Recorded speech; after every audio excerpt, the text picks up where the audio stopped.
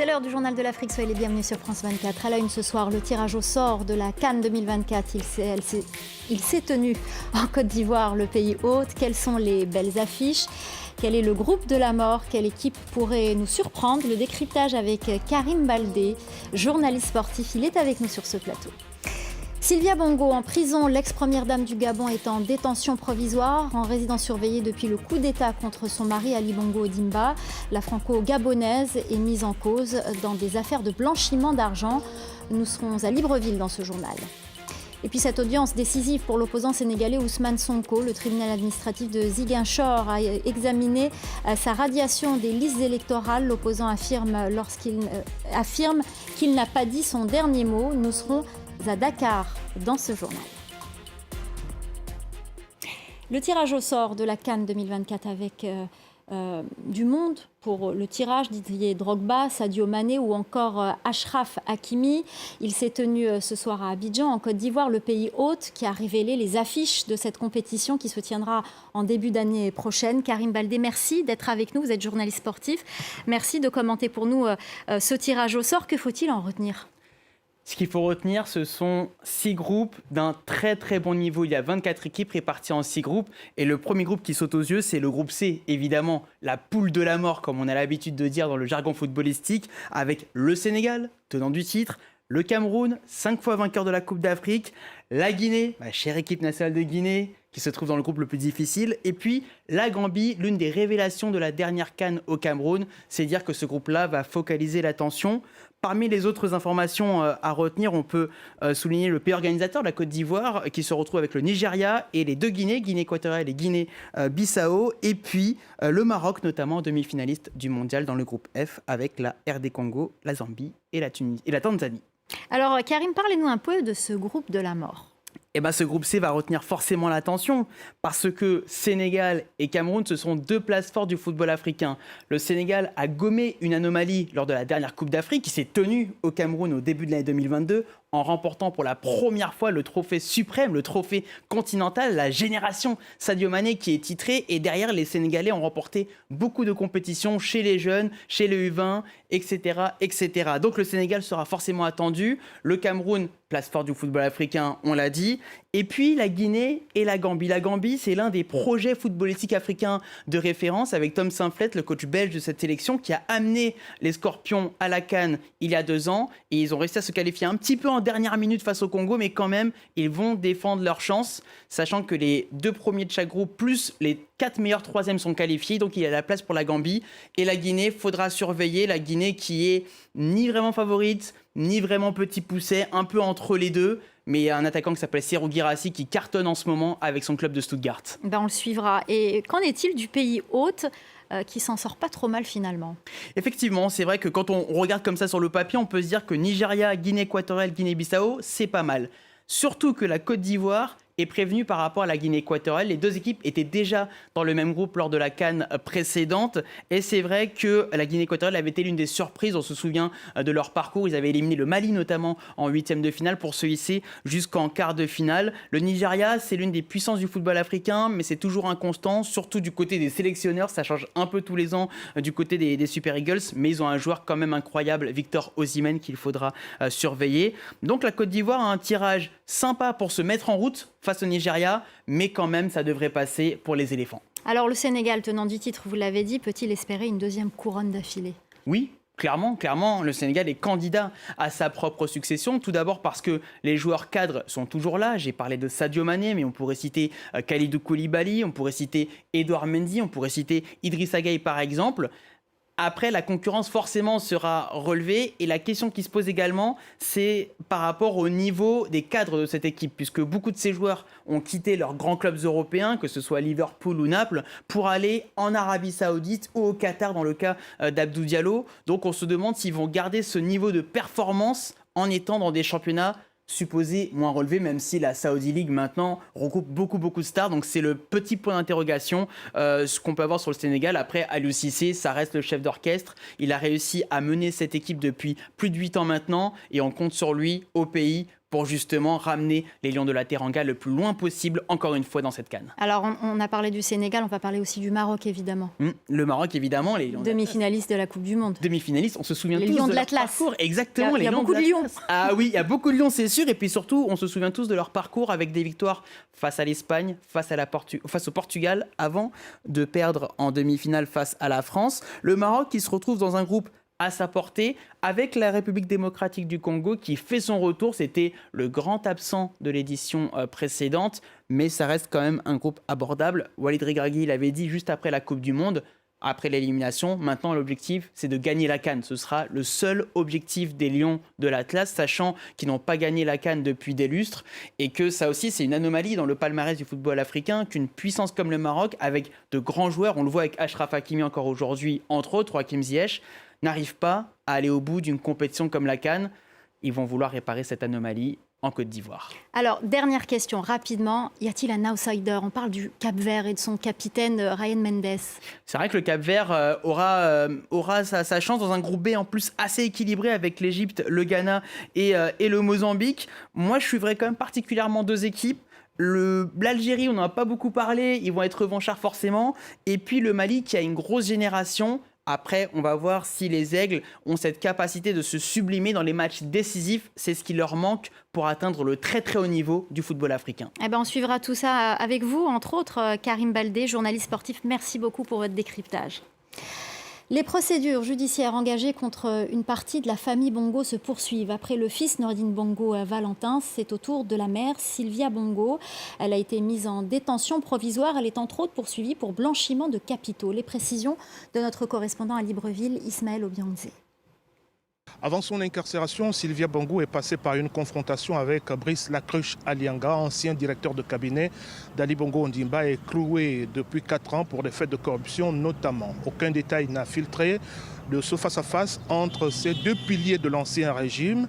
Officiellement, cette séance a été organisée par le tribunal spécial de Libreville et c'est très tard dans la nuit que l'ex-première dame a été placée en détention. Sylvia Bongo est poursuivie pour concussion, détournement de fonds, blanchiment de capitaux, recel faux et usage de faux, des charges suffisamment lourdes pour celles qui n'avaient pas de fonction officielle selon certains observateurs. Il y a encore beaucoup de flou dans cette affaire, mais le symbole est quand même très fort. Ça donne à réfléchir et c'est un enseignement pour beaucoup d'entre nous, savoir qu'on peut être tout puissant aujourd'hui et ne plus être grand-chose le lendemain. Elle avait le rôle d'épouse naturellement, mais qu'est-ce qui lui donne autant de pouvoir au point de faire et de défaire les carrières? En même temps, je me pose toujours la question de savoir pourquoi certains sont en prison et pas d'autres. L'ex-première dame du Gabon, Sylvia Bongo, est désormais en détention provisoire pour 10 jours, délai au terme duquel elle devrait être à nouveau entendue par un juge d'instruction. Cette audition la fixera définitivement sur son sort, conformément au code de procédure pénale en République gabonaise. Les manifestations pro-palestiniennes se poursuivent en Tunisie. Ce jeudi, des milliers de personnes ont défilé dans les rues de la capitale, à Tunis, à l'appel de la centrale syndicale l'UGTT et de plusieurs associations. Lassées par la crise politique dans le pays, cela faisait longtemps que la rue tunisienne ne s'était pas mobilisée en si grand nombre pour une cause, toute génération confondue. Écoutez ces témoignages recueillis par nos correspondants Lilia Blaise et Hamdit Lili. C'est une cause humaniste, donc on n'est pas engagé parce qu'on est tunisien ou arabe, non, on est des êtres humains et c'est un peuple qui résiste depuis 75 ans, donc on ne peut que le soutenir. Tout simplement, je trouve que c'est normal C'est tout à fait normal que nous, en tant que jeunes, nous soyons investis dans la cause palestinienne. Nous avons tous grandi avec ça depuis l'enfance. On a tous suivi ces dernières années la couverture médiatique du conflit. Moi, j'ai 23 ans et je m'identifie à une fille du même âge que moi qui vit en Palestine, avec des conditions de vie bien plus difficiles. Et je me demande ce que je ferais à sa place. Et d'ailleurs, si j'étais à sa place, je n'aimerais pas que des pays restent silencieux face à ce que j'endure. Personne ne pourrait supporter ce que les Palestiniens supportent. C'est pourquoi nous nous devons de défendre leurs droits.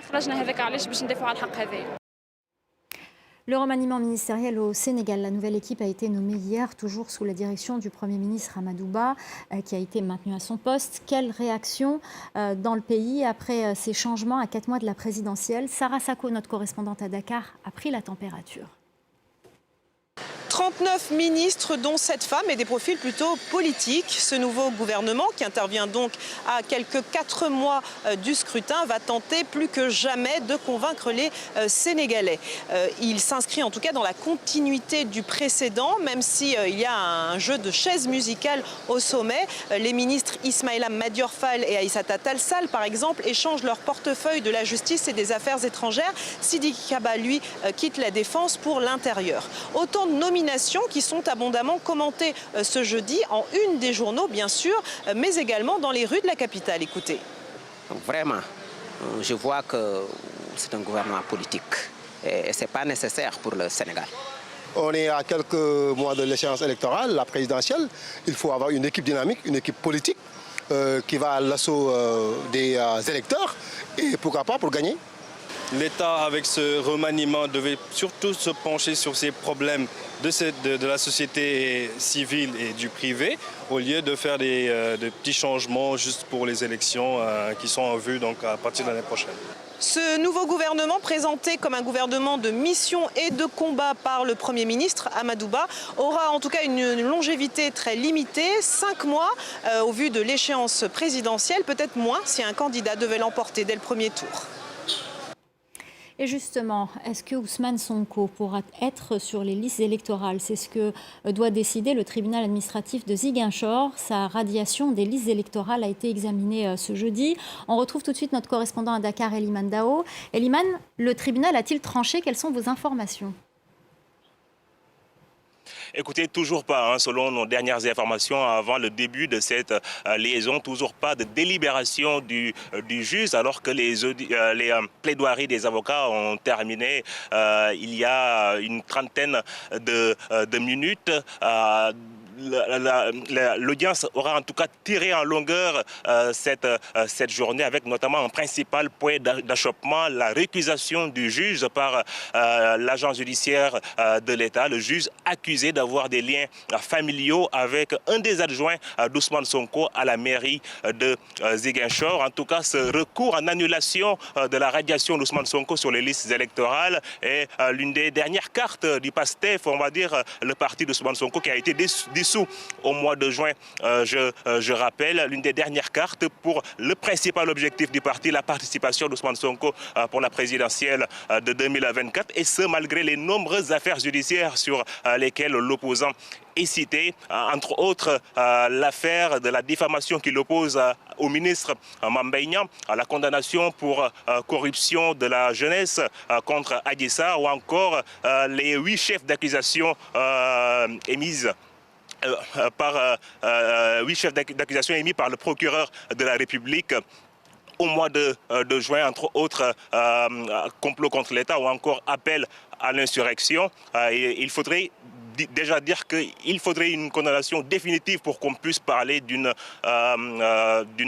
écart ou bien d'une non-participation définitive d'Ousmane Sonko à la prochaine élection présidentielle. Et il faudrait également rappeler qu'il reste une autre carte entre les mains d'Ousmane Sonko et de ses avocats. La Cour suprême, si une fois le recours devant le tribunal de Ziguinchor a été rejeté par le tribunal. Merci beaucoup Eliman Dao pour toutes ces précisions. C'est la fin du Journal de l'Afrique. L'info continue sur France 24.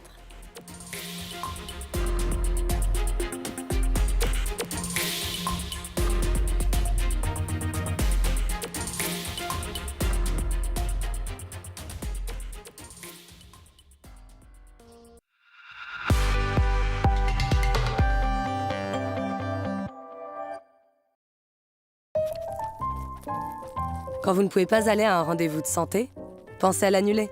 En ne posant pas de lapin à votre médecin, votre rendez-vous profitera à quelqu'un. Notre système de santé, c'est aussi à chacun d'en prendre soin. Retrouvez tous les bons réflexes sur amélie.fr.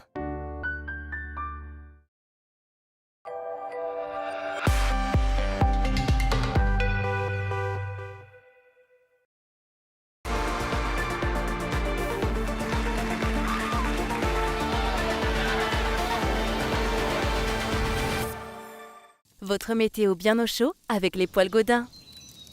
Depuis 1840, le savoir-faire Gaudin réchauffe votre intérieur. Pour votre poêle, Godin, naturellement. Dans la maison française, chacun fait la pluie et le beau temps. Pour prendre la température, regardez la météo avec Alinéa.